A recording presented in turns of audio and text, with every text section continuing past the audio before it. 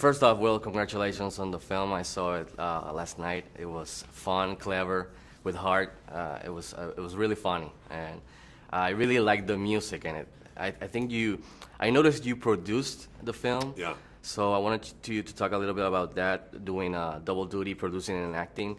But you got a lot of music, like a little bit of musicals in it, and I dig that a lot about the film. Yeah, I think that one of the hallmarks of this show, apart from being a really funny, well-written show that has like really clear characters, each one of the Teen Titans is a really clear character. One of the hallmarks has been the music throughout the history of the show, and so it was important as we sort of brought this to the big screen that there were big musical numbers that were actually great music and really funny, and continue to tell the story. And these guys are so good at that. And so, it's so fun to be part of something like this that feels so inventive.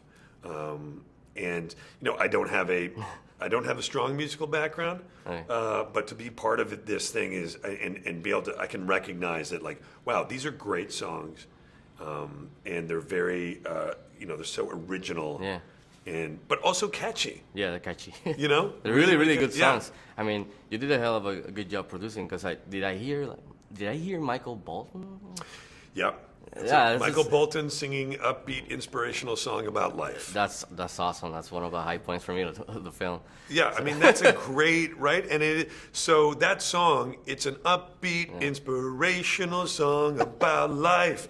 That's going to be the new Everything is Awesome. Yeah. Because even though it's kind of kitschy and funny, it's also good. Yeah, it's nice. Right? And there's a sax solo. You just sang it, and I'm inspired. So. Yeah, right? Yeah. So I think you have kids, right? So did they influence at all you getting to join the project? Big time. My kids are the reason that I'm part of this project. They made you do it.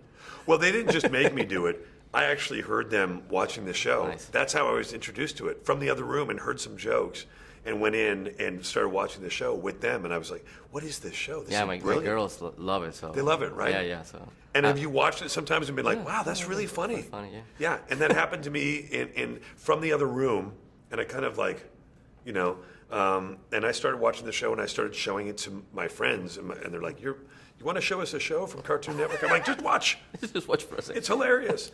And I ended up calling them. I cold called them and said, I want to meet you guys, and we started talking. Then they said, well, we want to make a movie, and I said, let's go. So did the producing come at the same time with the acting, or was it one well, no, after I was producing the film first, and then Slade became when it kind of emerged that it was going to be what this story was going to be, and that we needed to have Slade and Sam Register and Aaron and Mike and Michael and Pete and all those guys came to me and they're like, we all agree that you should do Slade. So I didn't cast myself per se. I didn't say like, who should we get for Slade? You got the role. Yeah, I know they kind of said, would you want to do it? And I was like, yeah, of course. And about the character Slade, he's always been portrayed in other mediums as cold, dark, menacing. Yeah. Was it fun playing against that type? Was it always part of the plan? Yeah, it's kind of like when I play Lego Batman. Yeah. I love the idea of taking a character that people know and changing the rules on it a little bit. Yeah, so it was like such a, because originally there was a talk about it, maybe I was going to do Batman and we were going to kind of figure that out, and it's kind of a tricky, and I thought it'd be more fun if I played something totally new and had somebody else play Batman, which is how I ended up asking Jimmy Kimmel to do it, and he's just hilarious. Yeah. But before going, did you Teen Titans go to the movies? What do you think does the film bring to the table as far as the superhero genre right now? I think it kind of brings there are a lot of there are some Deadpool references in the movie, and but it is kind of like Deadpool for kids in a lot of ways. Definitely. Kids and teenagers and kind of for everybody, in an animated way, and so that's what's. I think that there's a need for that right now. Yeah. Yeah. Just a little bit of fun. We need to have some fun. Did everybody everything forget about fun? And sing the song. Yeah. So congratulations again, and thank you. Pleasure. The Tetronium crystal, the perfect plot device.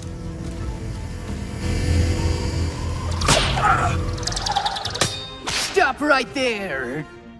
Deadpool? Deadpool? What?